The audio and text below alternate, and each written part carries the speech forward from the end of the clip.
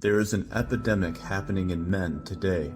Weakness and comfort has taken place of strength and purpose. Masculinity is labeled as toxic, and women are now the ones who define what a man is, more than men are. Weak fathers are raising lost boys who are at risk of never being initiated into manhood.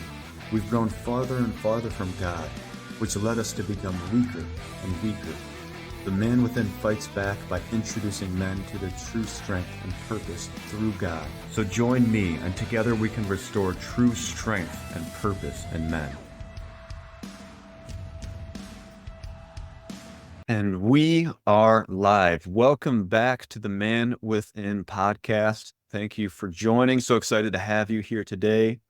Today, I want to talk to you about maybe saving you from something that seems kind of enticing, something that I've fallen for a couple times, and something that I know a lot of people are falling for, regardless of whatever statistics, regardless of whatever testimonies, regardless of all that stuff. So today's topic is the easy road is not easy. And specifically, I want to point out some of these get rich quick schemes, some of these ads, and a lot of these people out here that are claiming, they can get you 10K a month in a week, or maybe you'll be a millionaire by the end of the year. Now, look, I just want to preface this episode by saying, yes, I myself am a coach, and I want to help people get on their path. I want to help men find who they truly are and what they're capable of. And I want them to unleash the true power of their masculinity so that men can fully pursue and fully commit to their calling and the purpose that God has instilled within their hearts and the purpose that they have on this earth. So I want to help men do that. And through doing that, yes, I would hope that they would have great success in their life. And if you are faithful, and if you are pursuing God's path, and if you do remain disciplined, and you take full responsibility and accountability for your actions, then yes, I do believe that God will bless you just the way that he's blessed me. So I'm a coach. There's other coaches out there that can truly help you. But what I say, I don't want you to fall for the easy route. What I'm saying is I have fallen for some of these things because what I truly wanted was someone to just kind of do the work for me. And the main purpose of today's episode is that no one can do the work for you. You have to put the work in yourself. And when I say that, there's two different ways that you can think about this. You have to put in the work yourself, and you have to put the work in yourself. And those are things that, a lot of these people, myself included, fall for some of these really fancy, these really enticing ads. I mean, yeah, of course, we all want financial freedom. We all want a lot of, we all want to be millionaires. We all want to not have to worry about money. We all want to not have to worry about anything. We want life to be comfortable. So that's why these ads are so enticing, because it's like, oh man, this is great. This person, they're going to do all the work for me. No, that's not how it works. Those ads help people who are already in the process of helping themselves. So yes, it's true. Coaches help people, mentors help people. Someone who's a few steps ahead of you can definitely help you. And the argument that I want to make is, when you have not taken the steps needed to get to a place where these coaches can help you, these coaches, they help a specific sort of people that have a specific problem. So like I said in a previous episode, there needs to be an A and a B to everything. There needs to be a purpose for the investment. There needs to be a specified reason. Whatever you're trying to get from that coach, it needs to be tied to a specific reason. And you need to have at least enough reason to believe that this investment can help you get there, or it will help you get there in some way. But if you're just hiring this person because you want them to take care of everything without having to put any work in yourself, you are dead wrong.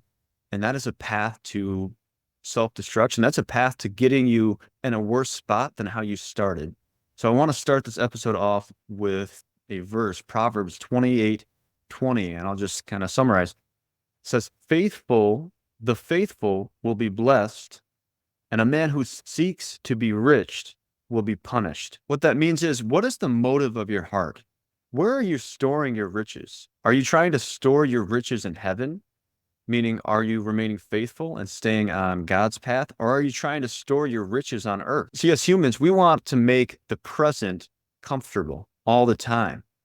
We don't stop to think about the great rewards that might be in the future. Delayed gratification isn't something that comes natural to us. We need discipline. And in order to have that discipline and that commitment to move forward, we need to have a very strong, compelling reason. We need to have a very strong guide, and that guide is God. So I've just got a few notes here, and I'm just going to take a few minutes to go through these and kind of help you understand what you truly need before going in. What do you truly need before you even interact with a coach? What is it you need to do before you even interact with a mentor to get the most out of it? And I said on a previous episode, you got to try, you have to make an attempt before you ask a question. What value? Well, let's put it this way. Let's say there's two scenarios. There's two versions of you. In the first, you took the first step. It was really difficult. You're failing a lot. There's a lot of confusion, but you took the first step and you saw a lot of things. You got a lot more experience just by taking that first step. And now you go in and you want to talk to a mentor. And now you have some very specific questions. You're like, oh, you know what? I was actually pretty good at this, but I kind of sucked at this, or, vice versa. And you can move forward. You have a lot more clarity around what you truly need. And because of that, you can ask a lot better questions. Now take the other scenario where you're afraid to take that step. You want someone to do everything for you and just ask, where do I start? The first thing they're going to tell you to do is to just start, do something. So the value of your questions, the value of that coach or mentor that you're investing into is determined a lot by the time and effort you've already put in, which is equal to value. And it's largely determined by the specificity of the questions, meaning knowing exactly what it is that you need before going in. And I can tell you from experience, I've done this many times in my life. I operated from the ask first mindset. But I can tell you every time I've asked someone, what's the first step? Well, what do I do? Where do I go? They look at me confused, like, have you even tried anything? I don't know how to help you because I can't take those first steps for you. And that's a very difficult and uncomfortable thing to hear. But if you're going to ask someone who's been there, you're asking someone who's done those difficult things. And they don't want to waste time with someone who's not the least bit committed and they're not willing to at least take those steps and incur that risk. Which brings me to my next point is you need to become the person who's capable of handling what it is that you want. Meaning the bigger the output, the more input is required. That input needs to come from you. No one can do that for you. No one can do all of the work for you. No one can do the internal work for you. No one can develop that relationship with God. No one can develop that relationship you need with yourself. That needs to come from you. That internal work needs to come from you, and that needs to happen before you seek outward approval. Before you seek outward advice, you need to make sure what's going on inside, internally, is taken care of. And part of taking care of what needs to be taken care of internally means taking full accountability of yourself, taking full accountability of exactly where you're at, and taking a step back and understanding what it is that you truly want, why you want it, meaning who you are, sitting down, having that conversation with God and speaking with Him to get a lot of clarity over yourself and your life. And if you don't know who you are and why you're here, then you're throwing random direction that isn't meant for you. You're throwing darts at the wall. And if you go in a random direction, if you go in any direction, even if someone tells you it's a good direction, if that direction is not for you, if God told you not to go on that path, you're not going to be able to commit 100%. And in my experience, when I'm not on God's path, meaning when I'm not being obedient, God has a way of punishing me in ways that are more uncomfortable than they need to be, more unnecessary. And more often than not, I start in a worse place than where I started, which is not a place that you want to be. So you've got to develop the right mindset. I call it the winner's mindset. Maybe I'll even call it the warrior's mindset. And in this mindset, you're not afraid to take those risks. You're not afraid to take on those battles, that pain and discomfort that are inevitably on your path. Because let's face it, if you're pursuing God's path instead of the world's path, the world's going to reject it. The world's going to want to call you crazy, even though all you're doing is being obedient to God. And you know what isn't the warrior's mindset? Seeking comfort, seeking immediate gratification, seeking instant pleasure instead of the delayed gratification, storing up the riches on earth instead of storing up your riches in heaven. You've got to be willing to take a few steps outside of your comfort zone, and you've got to be willing to fail a few times. See, that's one of those things that makes us most uncomfortable is about stepping outside of our comfort zone is, for one thing, we're very vulnerable and we feel shameful because we know that we're not perfect.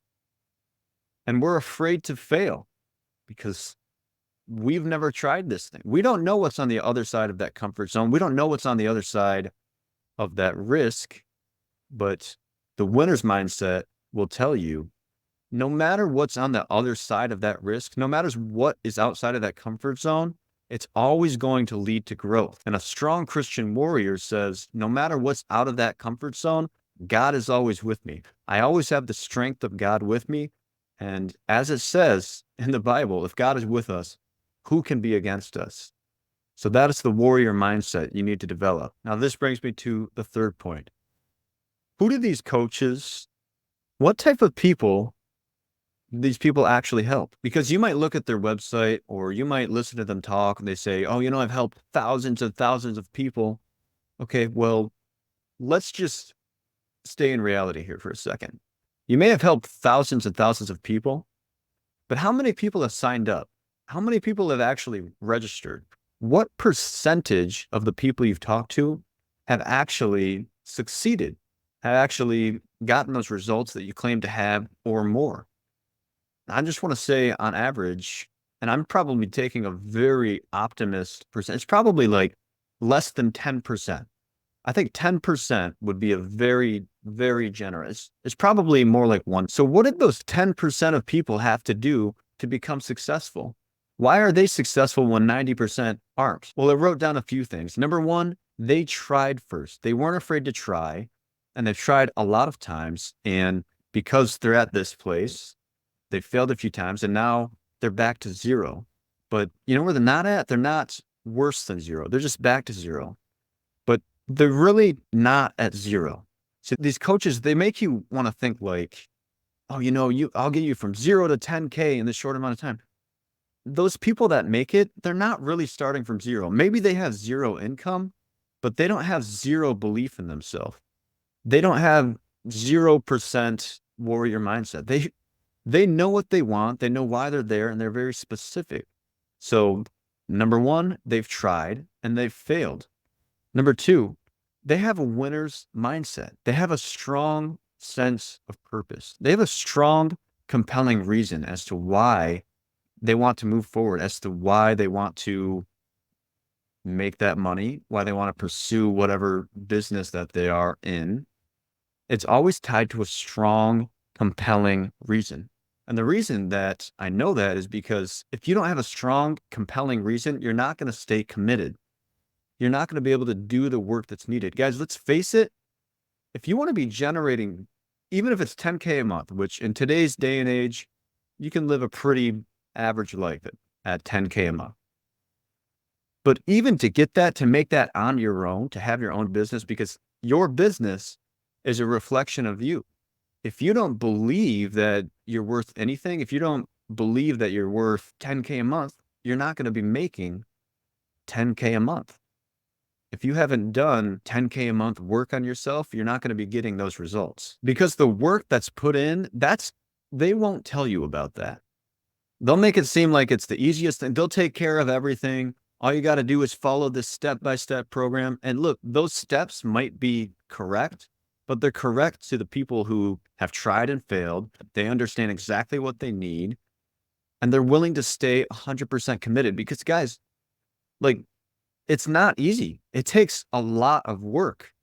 And the only way you're going to be able to do the amount of work that it takes to go from 0 to 10K a month, building your own business, meaning selling yourself, is if you're able to commit 100% of yourself 100% of the time. Now, guys, I've been doing this for a while now, and every day I surprise myself with how much work I'm able to do and how motivated I am, even at the end of the day, how much more endurance I have to continue to work because I love doing this. This is what I love doing. And there's a lot that goes into it. Anyone who's done a podcast, they know there's a lot of editing. Anyone who's started from nothing, especially a coaching business, I'm 100% selling myself. There's no product. There's no tangible product. So I commend any coach out there because they had to do the work in themselves. They had to get to a place where they completely believed in themselves 100%, and they were able to commit in themselves 100%. And now they want to help others do the same. But if you don't know what you want, if you're not 100% clear, and guys, let's be honest, if it's not 100% aligned to what God has called you to do, if it's not 100% aligned to that calling that God instilled in your heart, you're not going to have the strength of God behind you. Now, are there people who get really successful that aren't Christians? Sure, of course, but even they were pursuing a calling that was in their heart that God instilled with them.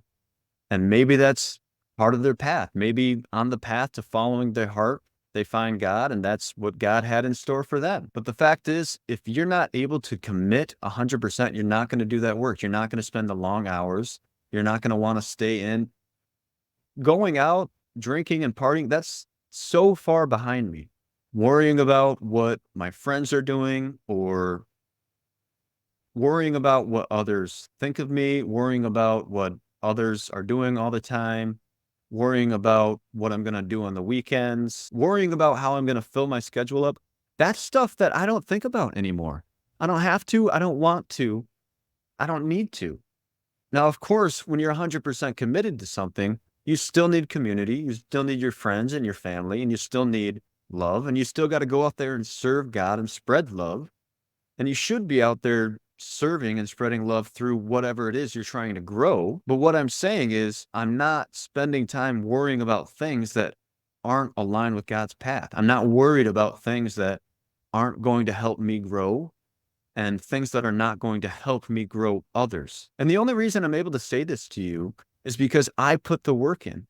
I got on my knees and I prayed and I asked God, and He blessed me. And He showed me the path. I got on that path. I did those difficult things.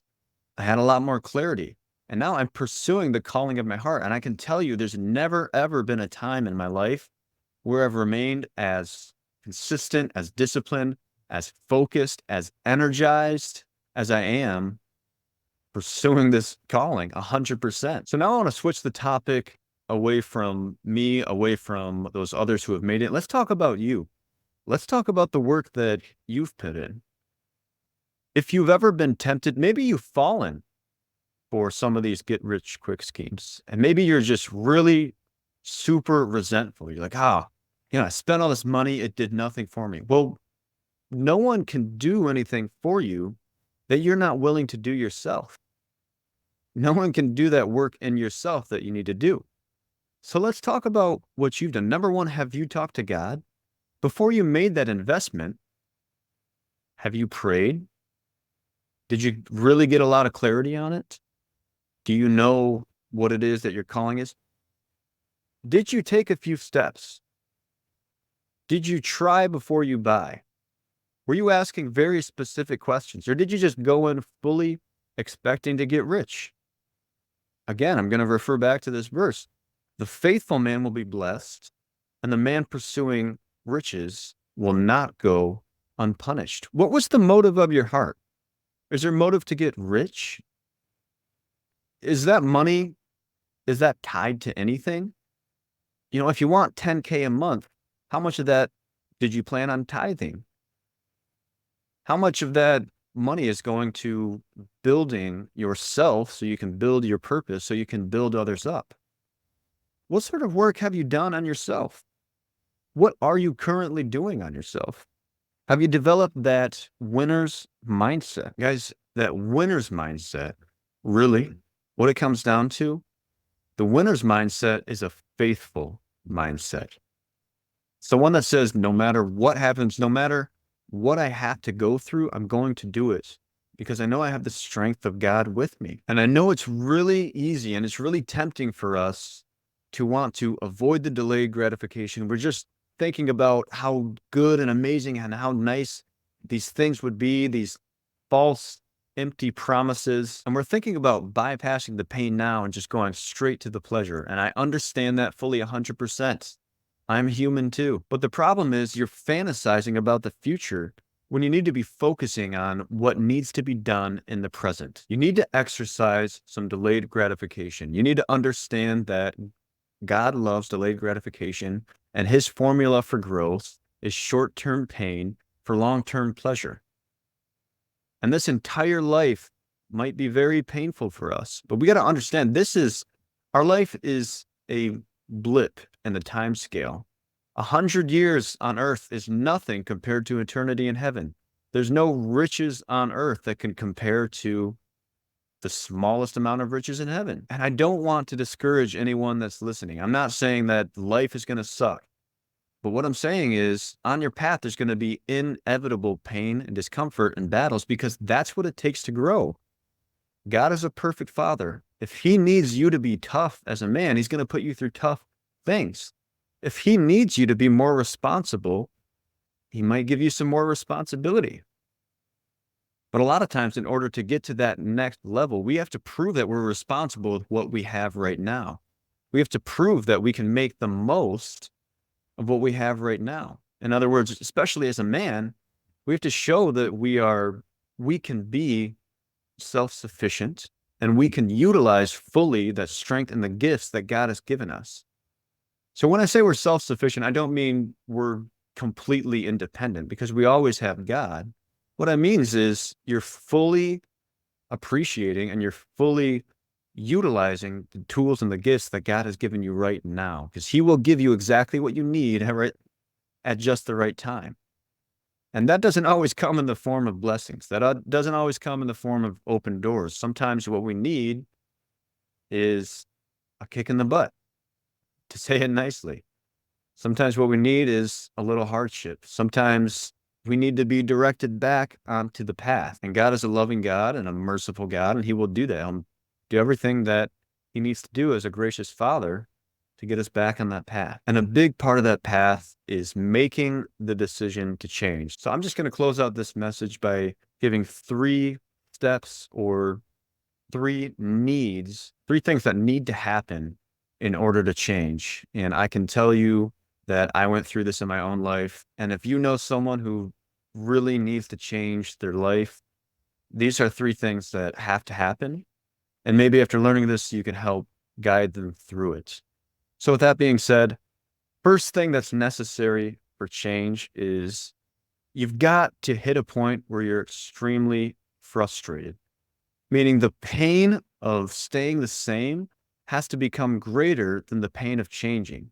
In other words, the pain of staying in your comfort zone becomes greater than the pain of taking a risk and stepping outside of it. Now, I'm not saying you need to get to a point where you're in absolute crisis and your life completely falls apart. What I'm saying is there needs to be a point or some part of your life that you are completely fed up with. You need to hit a point where you cannot live with that thing anymore. It doesn't help you. It doesn't serve you. It's hurting you. And odds are it's probably hurting others as well, because if it's hurting you, hurt people hurt people. So that's the first thing that needs to happen. Number 2, you need to admit, you've got to look at reality and take full accountability. Say, you know what? This stuff that I have happening right now, the stuff that's really uncomfortable that I'm fed up with, this happened because of me and my actions. And I now am going to take control. It used to be controlling me, but now that I've taken accountability, I can take full control of the situation. Because what accountability is, what it does is says, I'm taking control of this. I'm taking the fault. I'm taking this over. And just a little life tip for you guys. The more accountability you take, the more control you have over the situation. So if you get mad at someone and you want to blame them because you don't think something is your fault, you're letting anger control you, and you're in a way letting that person control you. Because what anger is you're punishing yourself for someone else's actions. Really, that's what anger and frustration is when you want to blame. So the more accountability you take, the more control you get to have over the situation. But definitely understanding that everything you have in your life, you got to take full accountability of. You've got to be brave enough to face reality and understand that whatever it is you're fed up with, 100% is due to you and your actions, because you didn't take full control of the situations and how you've reacted to past events. So what I want to say here is that it may not have been your fault, but it is now your responsibility to change it. And the last thing that's needed for change is you must remain committed. You have to have a compelling, a strong enough reason for why you need to change. It can't be oh, it might be nice to change. No, you must change. You need to change. No, you've got to have a very specific and a compelling reason to change. Because if it's specific, it's not complex. And if it's compelling, it's generally tied to your purpose. And if it's tied to your purpose, you're going to have the strength to remain committed. Change isn't something that happens overnight. It's not a singular event. It's something that you work on for a long time and you keep at it. And generally speaking, it's going to take a year or more to implement lifelong changes into your life, meaning things that you keep with you for the rest of your life, things that you need to remain disciplined in. Maybe it's going to the gym or reading or working on your business for a certain amount of time in a day. It takes generally about a year for that to become part of your identity, become a part of you. For example, I'm at a point now where it's more uncomfortable for me to skip the gym than it is for me to go to the gym. So in order to change, you have to get to a point where staying in your comfort zone is more uncomfortable than it is to take the risk and step out of it. So just to recap what we covered today, guys, you have to put the work in yourself. If you're looking at these ads, if you're looking at these coaches and mentors that want to make you 10K a month in a short amount of time, you got to understand that works for the people who have already put most of the work in. The people that make it, they're not really starting from zero. They've done 90% of the work already. They've tried and they've failed. Now they have a very specific questions. They have a very specific need for that investment. And they understand that investment is tied to exactly what they need. But they have the winner's mindset as well. They've put the work in themselves, and they put the work in themselves, which is exactly the work that you need to do. In addition, what work have you done yourself? What steps have you taken? Have you talked to God? What are you doing right now in this present? Have you found something to be 100% committed to? Do you have any practice being 100% committed to something? What risks aren't you taking? What risks have you been avoiding? And lastly, are you ready to change? Are you ready to take those steps? Do the scary, uncomfortable things? Have you gotten to a point where you're completely fed up? Are you ready to admit and take accountability? Or do you want to continue to make excuses and blame others and let them have control? Or do you want to take control? And are you going to remain committed? Meaning, have you talked to God? Have you experienced that calling? Have you found that purpose? Are you ready to do the work yourself? Are you ready to stop avoiding the delayed gratification and seeking pleasure? And if you are ready to do that, then that's exactly what I help men do. I help men unleash that Christian warrior. I help them become the man they need to become in order to fulfill the purpose that God has placed them on this earth to do. So if that's something you're interested in, you can definitely comment or DM or click the link in my bio to learn a little bit more. But all that being said, thank you guys for watching this episode. I hope you got a lot of value out of it. If you did, like, comment, subscribe. Like I said, if you are looking for some more personal assistance, go ahead and shoot a comment saying that you're ready, or you can send me a DM, or you can click that link in my bio. But guys, thank you so much for all of the support, and I will see you on the next one.